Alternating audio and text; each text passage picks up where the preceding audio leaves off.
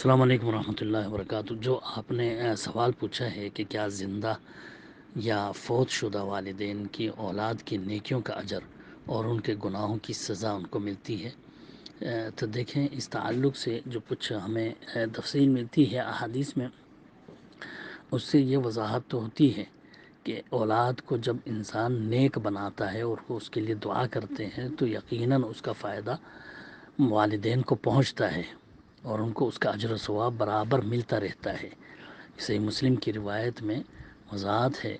کہ اللہ کے رسول صلی اللہ علیہ وسلم نے فرمایا کہ اذا مات الانسان انقطع عمله الا من ثلاث، کہ جب انسان فوت ہو جاتا ہے تو اس کے اعمال کا جو کھاتا ہے وہ بند ہو جاتا ہے،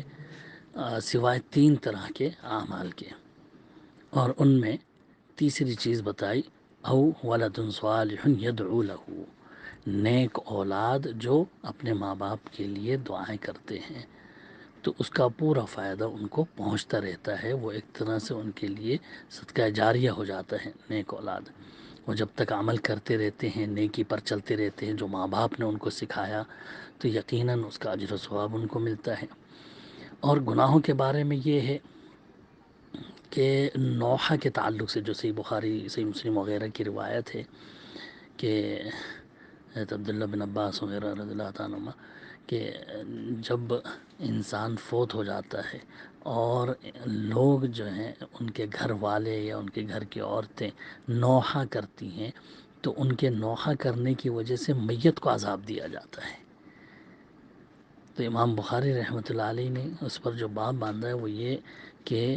اگر اپنی زندگی میں ان کو برائی سے نہیں روکا تھا،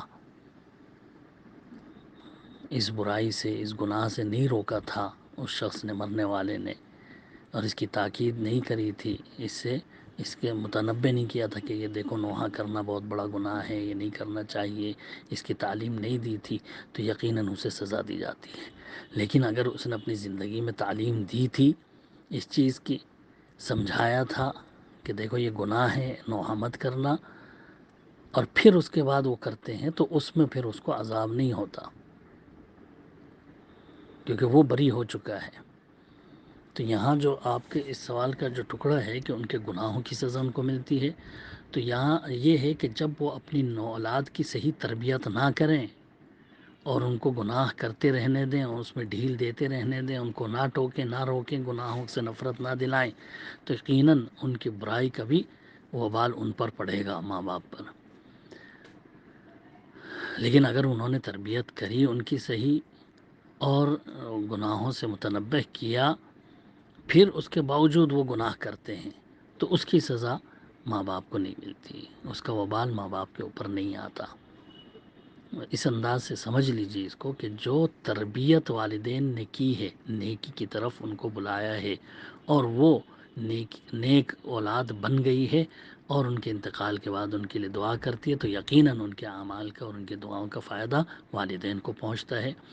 اور جن گناہوں کی والدین نے عادت ڈلوا دی ہے یا گناہوں کی طرف راغب کر دیا ہے یا گناہوں سے نہیں روکا ہے اولاد کو، اور وہ گناہ کرتی ہے، تو یقیناً اس کا وبال والدین پر پڑے گا۔ لیکن اگر انہوں نے زندگی میں اس سے روکا تھا، منع کیا تھا، ڈرایا تھا، اس کے باوجود وہ کر رہے ہیں تو اس کا وبال پھر والدین پر نہیں پڑتا، کیونکہ وہ بری الذمہ ہو گئے اس سے۔